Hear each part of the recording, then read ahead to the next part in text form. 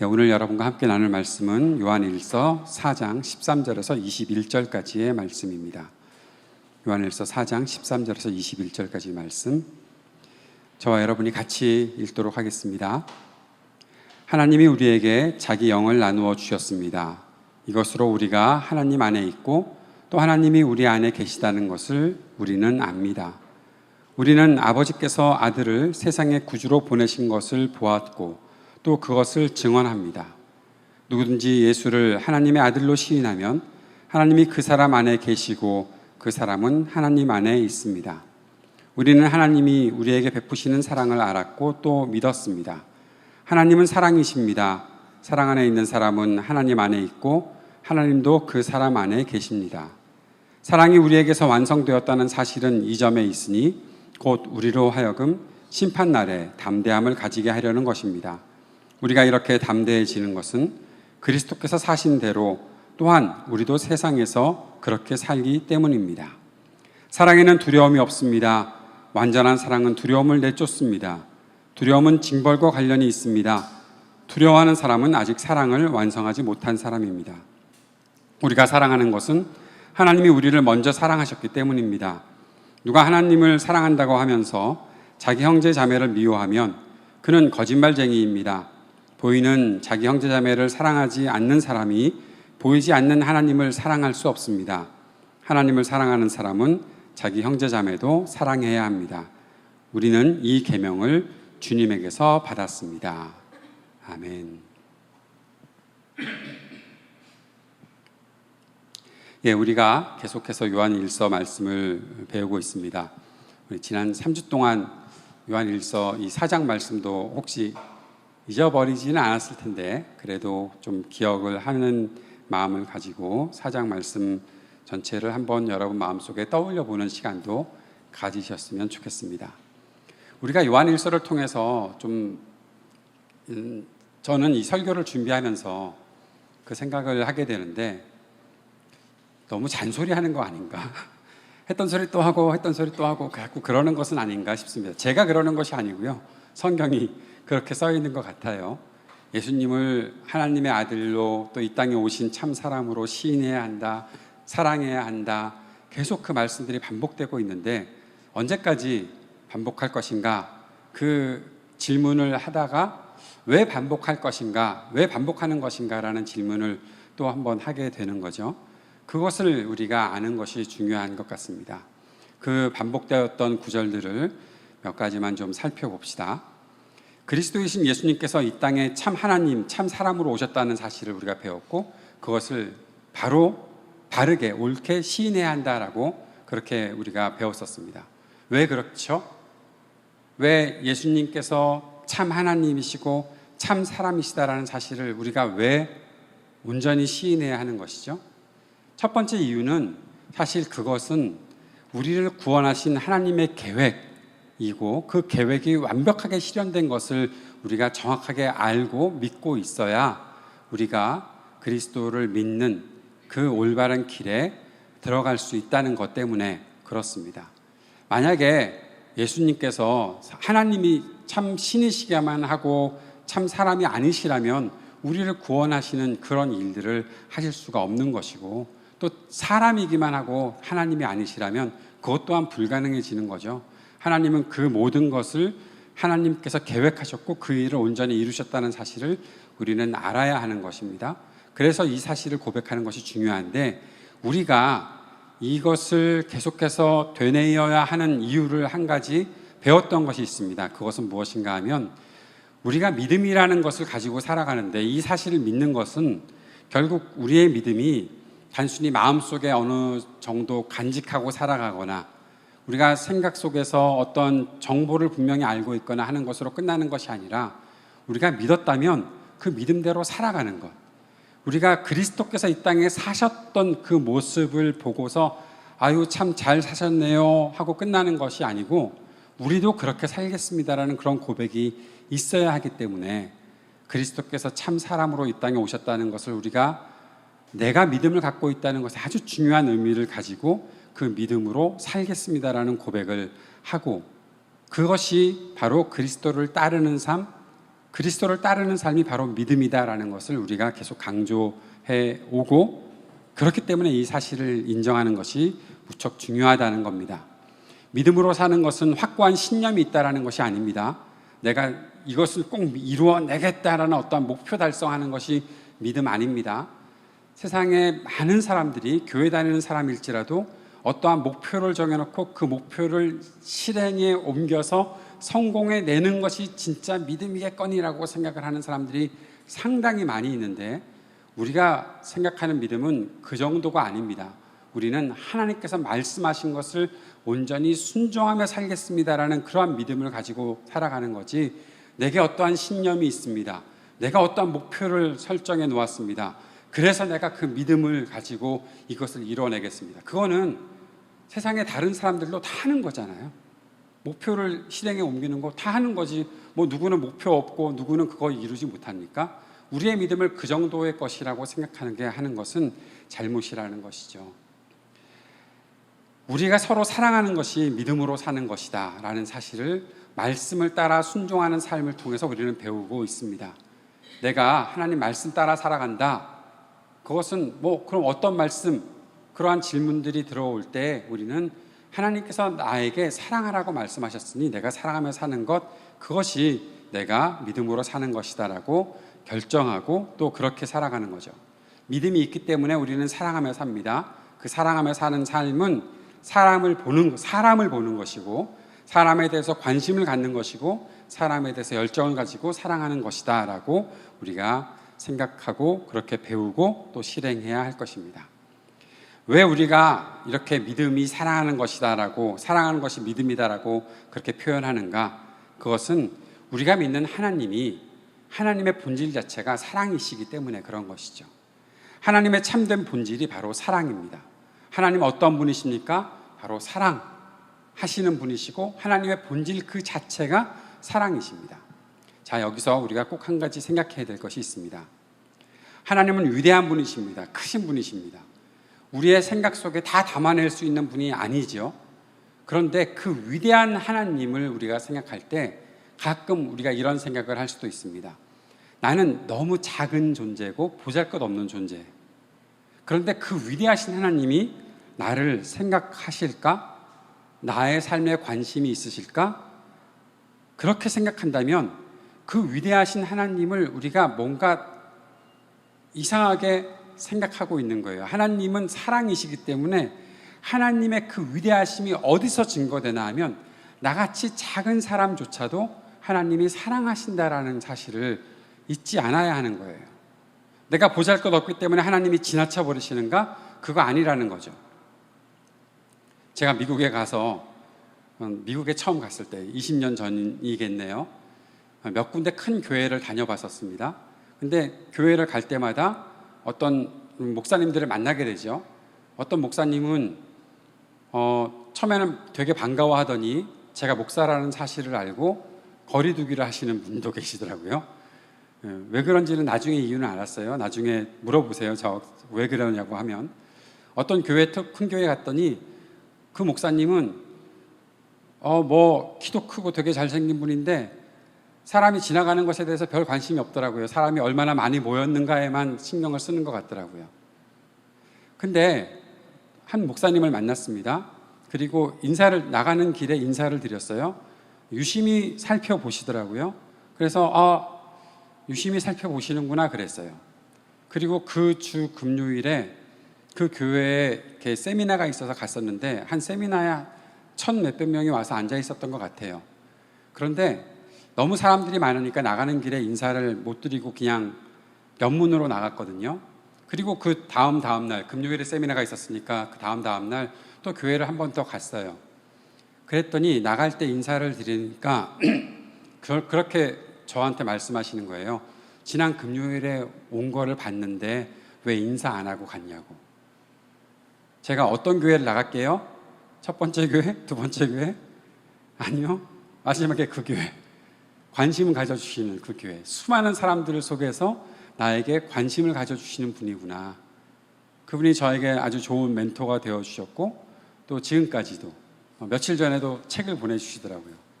관심 갖고 사랑해주는, 제가 하나님의 크신 사랑을 그 목사님 한 분에게 이렇게 적용시켜서 이렇게 비교가 된다라고 이야기하는 것조차 사실 좀 어울리지 않는 이야기 같지만, 우리 하나님의 그 위대하심은 우리 각자를 다 아시고 변함없고 한결같은 사랑으로 세심하게 우리를 살펴주시는 그 사랑이신 하나님이시기 때문에, 그 하나님의 본질 자체가 사랑이기 때문에 우리가 하나님을 대할 때, 하나님이 우리를 대하실 때 그 사랑이 안 나타나는 경우는 없다는 것을 우리는 생각해야 한다는 거죠. 데이비드 잭맨이라는 영국의 성경 교사이자 목회자였던 분이 이런 말씀을 하셨어요.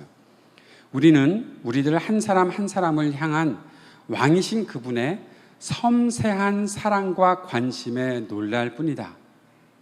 이제 보좌가 있는 방의 문들이 활짝 열리고 영광의 그분 앞으로 우리가 인도를 받으면 그 장엄함이 우리를 압도하게 된다. 이 모든 일을 주관해 오신 영광의 그분이 바로 사랑이신 하나님이시다. 한 사람 한 사람을 향한 왕이신 그분의 섬세한 사랑과 관심에 우리가 놀라는 거죠.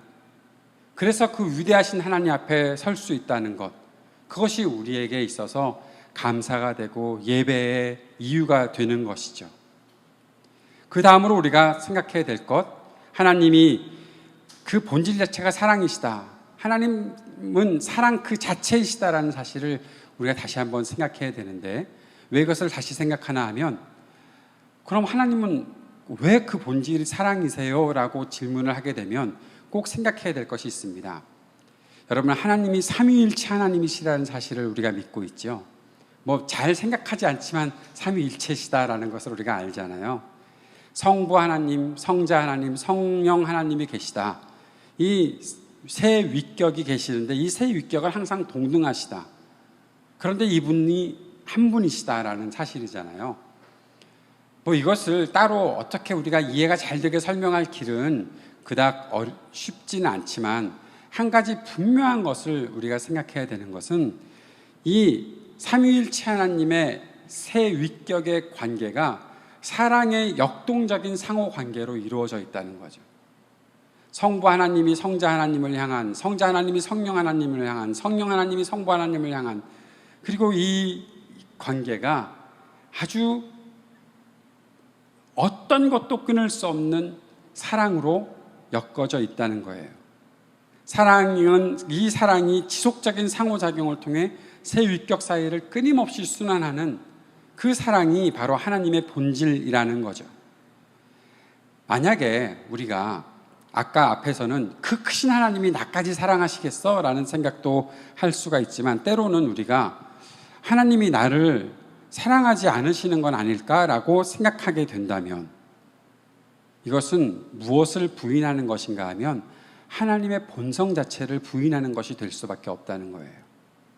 하나님은 본성 자체가 사랑이시고 사랑 그 자체이시기 때문에, 하나님이 나를 생각하실 때 사랑하지 않고 생각하시는 것은 있을 수가 없는 이야기다라는 거죠.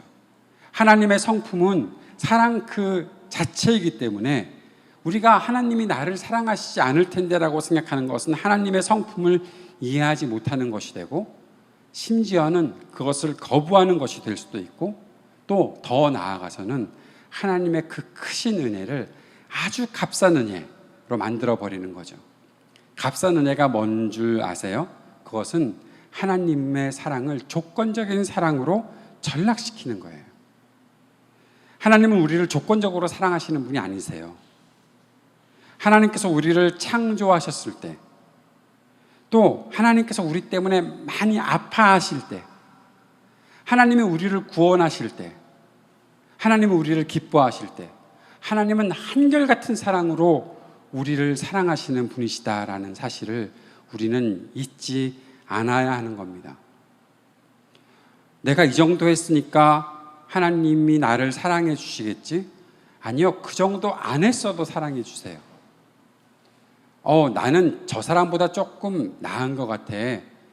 내가 하나님의 사랑을 받으려면 100점 만점 중에 60점 정도는 해야 하나님의 사랑을 받는 건데, 내가 61점 정도 받았으니까 하나님이 나를 사랑해 주시겠지. 그러면 59점 받은 사람은 하나님이 안 사랑하시나요? 이 점 차이인데 그렇지 않아요. 하나님의 사랑은 그런 조건을 두고서 사랑하시는 것이 아니에요. 하나님이 나 때문에 마음 아파하실 수도 있어요. 하나님이 나 때문에 좋아하실 수도 있어요. 그런데 그 모든 것은 한결같은 하나님의 사랑 안에서 나오는 거예요. 하나님이 한결같이 나를 사랑하시기 때문에 때로 나 때문에 아파하실 때도 있는 거고, 하나님이 한결같이 나를 사랑하시기 때문에 때로 나를 책망하시는 경우도 있는 거예요. 우리는 성경을 통해서 그 사실을 처음부터 끝까지 계속해서 배우고 있어요. 그 사랑을 우리가 날마다 경험하고 있어요. 하나님이 우리를 사랑하시는 사랑은 결코 변하지 않아요. 내가 어느 정도 믿음 생활을 열심히 잘하고 있고 최근 내 믿음 생활의 컨디션이 상당히 좋은 것 같아서 하나님께서 나를 아주 크게 사랑해 주시는 것 같아, 그런 마음 갖는 건 좋지만 그렇기 때문에 하나님이 여러분을 사랑하시는 거 아니에요. 하나님은 이미 나를 사랑하고 계셨고 그 사랑을 지속시키기 위해서, 끝까지 나를 사랑하시기 위해서 우리에게 다가오셨던 것이죠. 그 하나님의 사랑이 완벽하게 나타난 것이 바로 예수 그리스도의 십자가잖아요. 여러분, 그리스도의 십자가가 완벽한 하나님의 사랑이라고 우리가 고백을 하는데, 그 완벽한 하나님의 사랑의 십자가가 나타났을 때 우리가 하나님을 향한 아주 큰 믿음의 고백으로 주님 앞에 나아갔습니까? 예수 그리스도께서 십자가를 지는 순간에 예수님의 사랑을 3년 동안 지극히 크게 받았던 제자들 다 예수님 배반하고 떠나갔었어요. 그 옆에 있었던 요한이라는 사람이 이 글을 쓰고 있는데, 이 요한이 나는 변함없이 주님을 사랑했다라고 말하지 않잖아요. 나는 그래서 주님의 사랑을 안다라고 말하지 않잖아요. 사도 요한이 썼던 요한복음에는 다 도망가 버렸던 제자들을 향해 부활하신 예수님이 끝까지 찾아가셔서 그들에게 사랑의 고백을 돌려놓는 장면까지 있으셨잖아요. 그들이 주님께 회복되어서 주님을 향해 사랑을 고백했을 때 그것이 완성된 사랑이라고 얘기합니까? 그렇지 않았잖아요. 예수님이 십자가에서 우리를 위해 죽으셨을 때 주여 저들을 용서하소서라고 하시면서 내가 다 이루었습니다라고 하시면서 그 십자가에 달려 죽으실 때에 하나님의 사랑은 완벽하게 이미 나타났고, 그 사랑이 내가 어느 정도 열망을 가지고 있었으니까, 내가 어느 정도 타협점을 가지고 주님의 사랑을 받을 만한 존재가 되었으니까, 그렇기 때문에 그 십자가를 받아들인 것 절대 아니잖아요. 그리스도께서 우리를 어떤 면에서는 일방적으로 사랑하신 그 사랑이 완벽하게 우리를 향한 죄사함과 하나님과의 화목을 이루어내신 사랑이 되었던 것이죠. 그런데 그 사랑에 대해서 마음에 감동이 되고, 그렇게 그 사랑을 내 삶에 조금이라도 담아내어서 살 수 있는 그러한 믿음을 우리가 갖게 되었을 때 우리에게 내가 완벽하지 않아서 어떡하지? 내가 부족해서 어떡하지?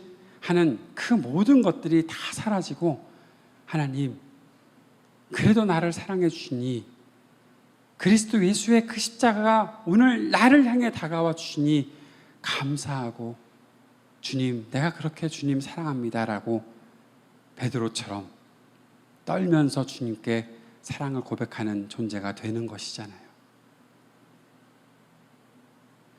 우리가 그렇게 연약하고 있을 때 오늘 13절의 말씀이 우리들에게 매우 중요한 사랑을 깨달을 수 있고 사랑을 확신할 수 있는 근거를 제시하고 있습니다. 13절의 말씀에 하나님이 우리에게 자기 영을 나누어 주셨습니다. 이것으로 우리가 하나님 안에 있고 또 하나님이 우리 안에 계시다는 것을 우리는 압니다 라고 사도 요한이 말합니다. 이것은 하나님께서 우리에게 성령을 주셨다는 것이죠. 예수님께서 승천하셔서 하나님의 우편에 앉아 계시러 가 계실 때에 우리를 고아처럼 버려두지 않으시고 우리가 그리스도를 깨닫고 기억하고 생각할 수 있도록 진리의 영이신 성령을, 보혜사 성령을 우리들에게 보내주신다고 하셨는데, 그 성령께서 우리에게 오셔서 우리가 그리스도를 기억하고 따를 수 있도록 해 주신다라는 그 말씀인 것이죠. 근데 이 말씀 속에 아주 중요한 것이 또 하나 숨어 있습니다. 말씀에 뭐라고 기록되어 있나요? 이것으로 우리가 하나님 안에 있고 하나님이 우리 안에 계시다는 것을 우리는 압니다. 여러분, 이것은 굉장히 놀라운 믿음의 고백인데요. 하나님이 우리 안에 있고 우리가 하나님 안에 있고, 저는 그래도 수학을 전공했던 사람이잖아요. 수학에서 집합이라는 거 배웠던 적 기억나죠? 집합론에 대해서. 거기에 보면 이렇게 옛날에 그렸던 그림들 기억납니까? 벤 다이어그램 그래가지고 A라는 집합이 있고 B라는 집합이 있는데 여기에 교집합이 생길 수도 있고, 때로는 A가 커서 B를 다 포함해서 B가 그 안에 부분 집합이 될 수도 있고, 전체 집합은 A가 될 수도 있고. 그런데 만약에 제가 이 말씀을 수학적으로 해석을 한다고 하면, 하나님이 우리 안에 계시고 우리가 하나님 안에 있고, 이것을 수학적으로 어떻게 설명합니까? 이 논리는 뭐라는 거예요? 결국 같다는 거죠. A가 B랑 똑같다라는 거예요. 떨어져 있는 것이 아니라 완전한 일치를 이루었다라고 하는 거예요. 제가 어떻게 하나님의 이 놀라운 신비를 수학적으로 풀겠습니까? 저는 그것은 말도 안 된다고 생각을 하는데, 그렇게 생각할 때 제 마음속에 들어오는 너무나 큰 은혜가, 성령께서 우리로 하여금 깨닫게 해주시는 것이 무엇인가 하면, 내가 하나님의 그 사랑 안에서 하나님의 사랑을 깨닫고 온전히 나의 삶이 주님의 은혜 안에서 회복이 될 때, 하나님께서 내 안에 거하시고 내가 하나님 안에 거하는 하나님과 나의 완벽한 일치, 온전한 합일이 이루어질 수 있는 거구나라는 생각을 하게 되는 거죠. 그래서 내가 살아가는 삶을 통해서 하나님이 드러나기도 하는 거예요. 내가 생활하는 내 일상을 통해 하나님께서 함께 하시는 것이 그 속에 나타나기도 되는 거예요. 하나님께서 하나님의 역사를 이루실 때 내가 그 안에 함께 참여할 수 있는 일들이 나타나게 된다는 것이죠. 성령께서 그것을 우리에게 깨닫게 해주신다고요. 내가 그것을, 이 놀라운 신비를 내가 어떻게 모든 것들을 알고서 이해하고 날마다 기억하며 삽니까? 그거 안 되잖아요. 그런데 성령께서 그 일을 해 주신다고요. 하나님이 오늘도 나를 사랑하시는구나, 내가 하나님과 함께 동행하는구나, 그 사실을 성령께서 나로 하여금 깨닫게 해주신다고요. 그리고 14절 말씀이 아주 또한 중요한 말씀입니다. 우리는 아버지께서 아들을 세상의 구주로 보내신 것을 보았고 또 그것을 증언합니다. 여기서 우리라는 것은 누구를 말합니까? 사도 요한과 함께 말씀을 전하고 있는 사역자들을 말하고 있는 것이겠지요. 그것은 지금 우리로서는 무엇을 가리키는 것이라고 봐야 합니까? 그들이 증언했던 것, 그것이 바로 하나님의 말씀인 성경이지요. 사도들이 기록해 주신 성경, 그 성경이 바로 하나님께서 아들을 세상의 구주로 보내신 것을 보았고 증언하는 그 말씀이니까, 우리가 하나님께서 나를 사랑하신다, 내가 하나님과 온전한 일치를 이루었다라는 생각들을 성령을 통해서도 하게 되지만, 하나님께서 우리들에게 보내주신, 보게 해주신 바로 성경 그 말씀을 통해, 사도들의 증언을 통해서 알 수 있게 된다는 거죠. 성령의 증거와 연결되어 있는 것이 바로 사도들의 증거이고, 사도들의 증거는 바로 하나님의 말씀이라는 거죠. 그래서 사랑하는 여러분, 우리가 날마다 하나님의 말씀을 대하지 않고 날마다 말씀을 읽고 묵상하는 일이 지속되지 않으면 그리스도를 향한 믿음이 우리 가운데 저절로 생겨날 수는 없다는 거예요. 내가 얼마나 똑똑해서 저절로 하나님을 향한 믿음이, 저절로 하나님을 향한 사랑이 막 생겨나겠어요? 내가 얼마나 능력이 있어서 그런 사랑을 자연스럽게 배출해내겠어요? 그거 아니에요. 성령께서 우리를 도와주시고, 성령께서 우리를 도와주실 때 꼭 같이 도구로 사용하시는 것이 하나님의 말씀이시라는 것, 그 말씀이 여러분의 삶에서 날마다 읽혀지고 또 그 말씀을 묵상하는 일이 계속해서 지속되어야 합니다. 라이덴 딜라이트 말씀을 어저께까지 다니엘서 말씀을 묵상했었어요. 혹시 이번에 묵상을 다 못했던 분들은 꼭 팔로우업해서 묵상할 수 있는 시간을 가지셨으면 좋겠어요. 이번에 제가 다니엘서 묵상을 쭉 여러분에게 전하면서 굉장히 중요한 말씀들을 알게 되고 또 전하게 되었다라는 생각들을 하고 있거든요. 이번 한 주 동안은 좀 쉴 겁니다. 제가 힘들어서 좀 쉬어야 되겠어요. 쉬는데 한 주 동안 쉴 때는 그 말씀을 복습하셔도 좋고 여러분이 자유롭게 성경을 읽으셔도 되는데, 말씀이 날마다 그 알림 설정을 안 해서 내가 못 듣고 있네 그러지 말고 날마다 여러분이 성경을 한 절이라도 묵상하는 일들이 계속해서 지속되어야 한다고 저는 그렇게 믿고 있어요. 그리고 추석이 끝나고 나면 신약의 말씀을 한 곳을 우리가 함께 묵상을 하려고 계획하고 있습니다. 날마다 묵상, 날마다 읽는 일들이 계속 이어져야 할 줄로 압니다. 그리고 15절 말씀을 또 봅시다. 누군지 예수를 하나님의 아들로 시인하면 하나님이 그 사람 안에 계시고 그 사람은 하나님 안에 있습니다 라고 말합니다. 또 나왔어요. 시인이라는 것. 자, 아까 앞에서 성령께서 또 사도들의 증거인 말씀을 통해서 또 이제 우리가 그렇게 시인하면 이 하나님 안에, 우리가 하나님 안에 있고 하나님이 우리 안에 있다는 사실들을 다시 알 수 있게 된다라고 말하고 있어요. 우리가 시인하는 것은 뭘까요? 시인한다는 것은 단순히 지적으로 인정하는 차원을 넘어서는 것이라는 것을 꼭 기억하고 있어야 됩니다. 나 옛날에 세례 받았거든요. 세례 받을 때 그렇게 다 했어요. 그래서 내 생각 속에, 내 마음 속에 내가 하나님의 그 사랑을 받고 구원받았다는 사실을 알고 있어요. 그 정도의 것을 시인이라고 말한다면 그럴 수도 있겠지만 더 중요한 것이 있죠.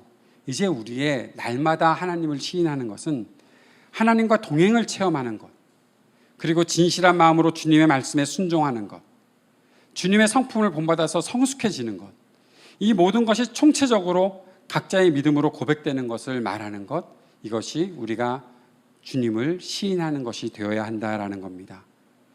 자, 성령께서 또 말씀을 통해서 우리가 시인하는 이러한 믿음의 고백을 통해서 이것이 총체적으로 우리의 믿음을 고백하는 것이 된다면 우리는 하나님의 사랑 안에서 담대함을 가지고 살아갈 수 있게 되는 것이죠.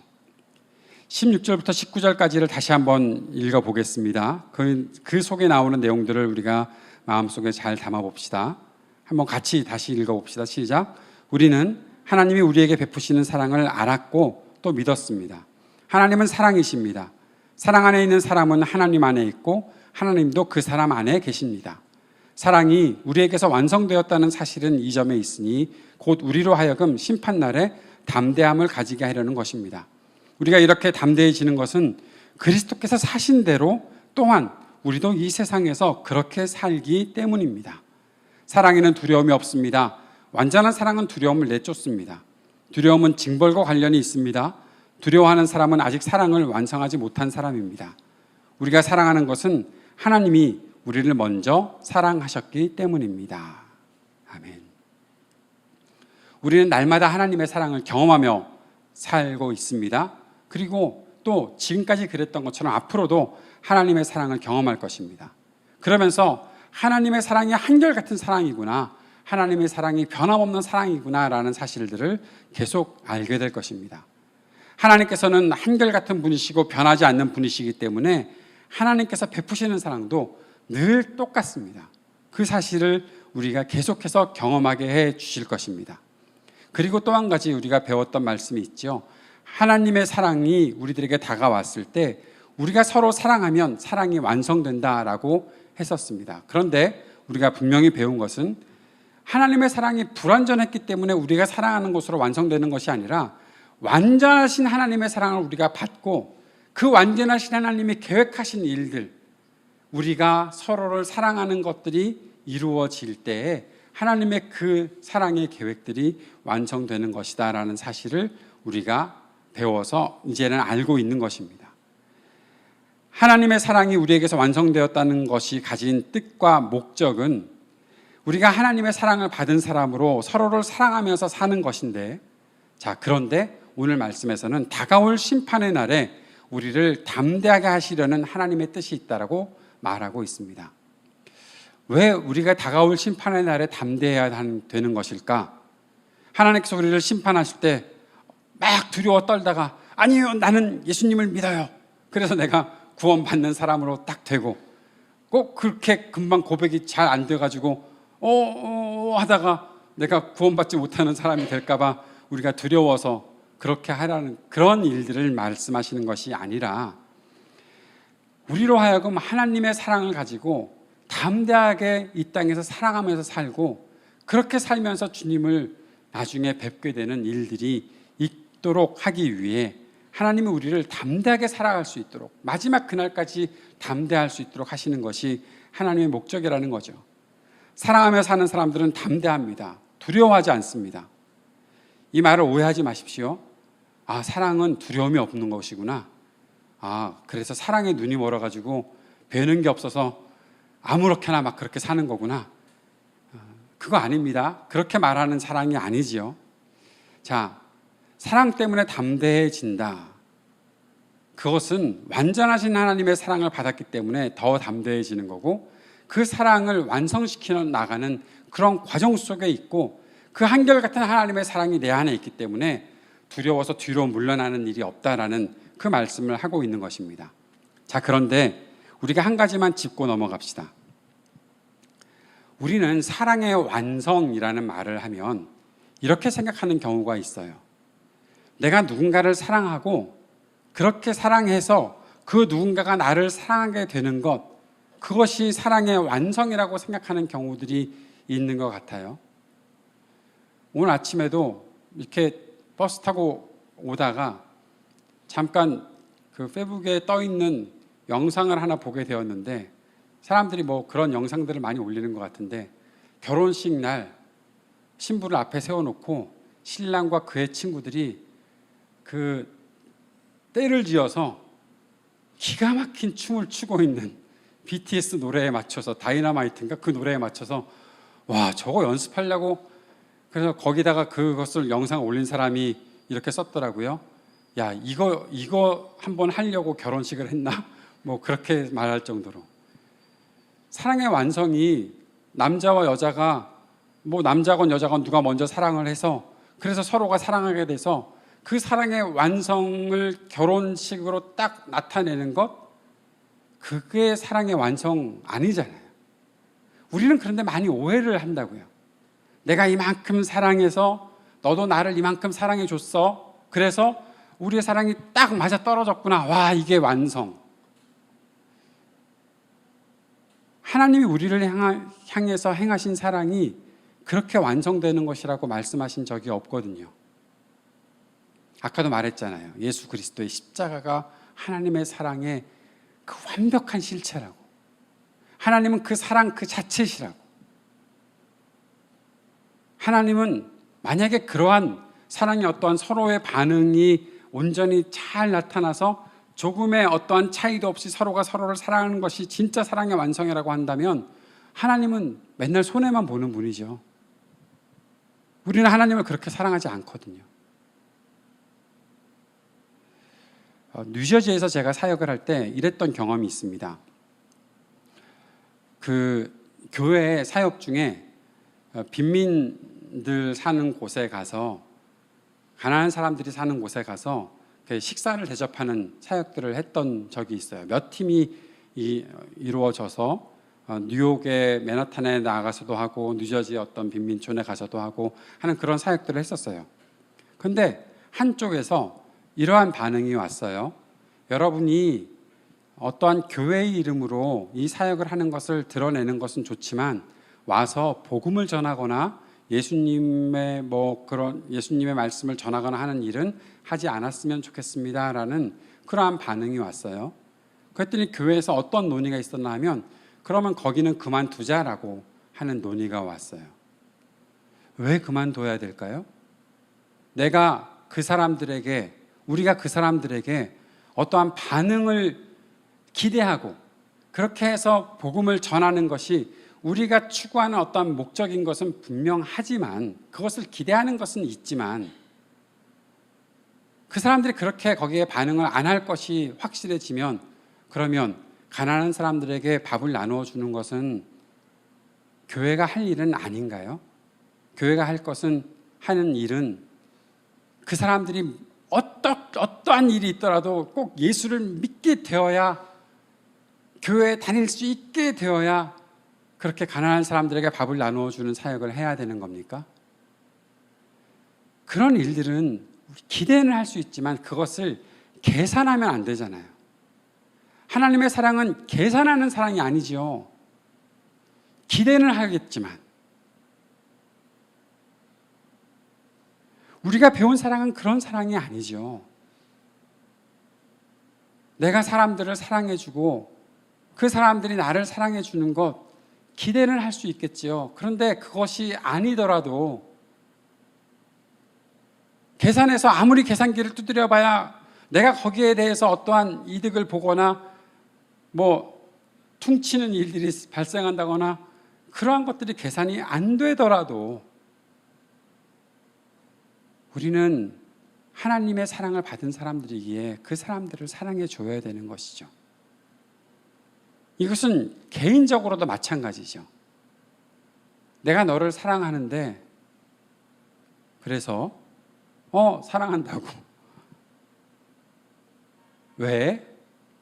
사랑한다고. 내가 뭘 해줘야 되는 거야? 아니야, 안 해줘도 돼. 부모가 자녀를 사랑할 때 쉽게 그런 얘기를 할 수는 있겠죠. 내가 너한테 이만큼 공을 들였으니 너 나한테 나중에 잘해야 된다. 그렇게 말은 할 수 있겠죠. 근데 그것을 계산기로 다 두드려 봐서 나중에 죽을 때까지 너 얼마 남았다 아직, 그렇게 말하는 부모는 부모입니까? 난 너 때문에 손해본 게 너무 많아. 그러니까 어떻게든지 너 그거 갚으려면 어떻게 해야 되겠다. 그래서 뭘 해달라고 하는 사람은 부모 아니죠.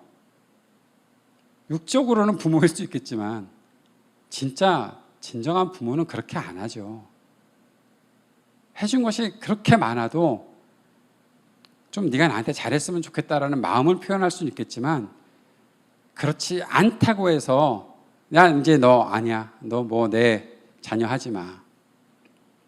세상에 사는 진정한 참된 부모들도 그러한데 우리 하나님은 비교할 것이 없으시잖아요. 그런 사랑을 우리가 받았는데 우리가 누구한테 가서 뭘 기대하고 뭘 계산하고 하겠습니까? 반응이 오지 않아도 괜찮죠. 근데 그것을 또 자기 만족으로 여기고 내가 막 베푸는 것을 내 만족으로 여기고 나 했으니까 됐어, 그런 거 아니죠. 우리의 사랑은 진짜 그 사람들의 필요에 대한 관심을 갖고 그것을 채워주려는 그러한 애씀, 그러한 헌신이 담겨 있는 사랑이죠. 그래서 완전한 사랑을 가지고 사는 사람들은 두려워하지 않죠. 제가 두려워하지 않는다. 뭘 두려워할까? 라는 고민을 하다가 결국 내가 두려워하는 것은 그거였던 것 같아요. 내가 사랑하는 것만큼 다 나한테 채워지지 않으면 어떡하지? 라는 아주 왜곡된 사랑을 갖고 살다가 생긴 그러한 두려운 말이에요. 내가 다 쏟아냈는데 아무런 반응이 없으면 어떡하지? 라는 그러한 생각 때문에 오는 두려움과 불안. 그런데 우리 하나님의 사랑을 생각해 보니까, 그 완전한 사랑을 생각해 보니까 그러한 불안과 두려움에 하나님이 한 번도 함몰되신 적이 없으시더라고요. 완전한 사랑이신 주님의 사랑이. 그렇게 우리가 주님을 사랑하게 되고 그렇게 주님을 사랑하면 사랑할수록 우리는 우리에게 있는 약함과 부족함을 보더라도 사람들을 사랑하면서 살아갈 수 있는 것이다. 두려움이라는 그런 덫에서 점점 더 멀어지고 있다라는 사실들을 알게 되고 그렇게 사랑할 수 있겠더라고요. 그런데 20절, 21절 말씀이 마지막으로 우리에게 아주 큰 걸림돌로 다가옵니다. 읽어봅시다. 누가 하나님을 사랑한다고 하면서 자기 형제자매를 미워하면 그는 거짓말쟁이입니다. 보이는 자기 형제자매를 사랑하지 않는 사람이 보이지 않는 하나님을 사랑할 수 없습니다. 하나님을 사랑하는 사람은 자기 형제자매도 사랑해야 합니다. 우리는 이 계명을 주님에게서 받았습니다. 간혹 교회 생활을 하다가 나 교회 못 다니겠네. 왜? 저 인간 때문에.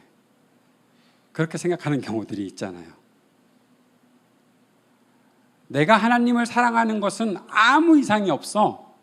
나는 하나님을 너무너무 사랑해. 하나님을 예배하는 것을 내가 그쳐본 적도 없어. 그런데 왜 네가 이 교회에 다니니? 너 때문에 내가 신앙생활 잘 못하겠다. 그렇게 생각하고 사는 사람들이 너무 많아진 시대를 살고 있는 것은 아닌가 싶어요. 여러분, 혹시 그러한 경험이 있지 않습니까? 걔도 교회 다니는데 야, 교회 못 하러 다니냐? 물론 잘못을 범한 사람이 정의롭게 심판되어야 되는 것은 맞습니다. 그런데 그렇다고 해서 우리가 하나님께 받은 사랑을 가지고 형제자매를 사랑하는 것이 멈춰서는 안 되잖아요.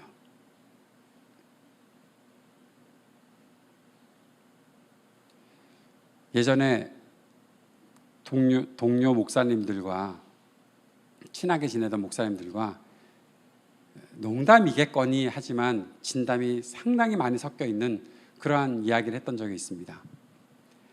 나한테 잘못을 범했던 그 인간이 어느 날 회개하고 예수 믿을까 봐 걱정이 되는데, 그런데 더 걱정은 뭔지 아세요?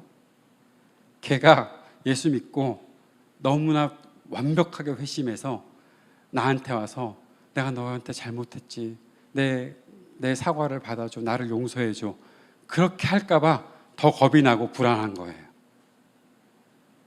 너 같은 놈은 내가 같이 살고 싶지 않아. 야, 천국 가서 너 같은 인간의 얼굴을 볼까 봐 두렵다. 뭐 그렇게 이야기하는 그런 경우들도 가끔 우리들 속에 존재하고 있더라고요. 말씀을 준비하면서 이 말씀을 전해야 하는 저 자신에게 하나님께서 질문하시는 것이 느껴졌어요. 그래서 넌 어떻게 할 건데?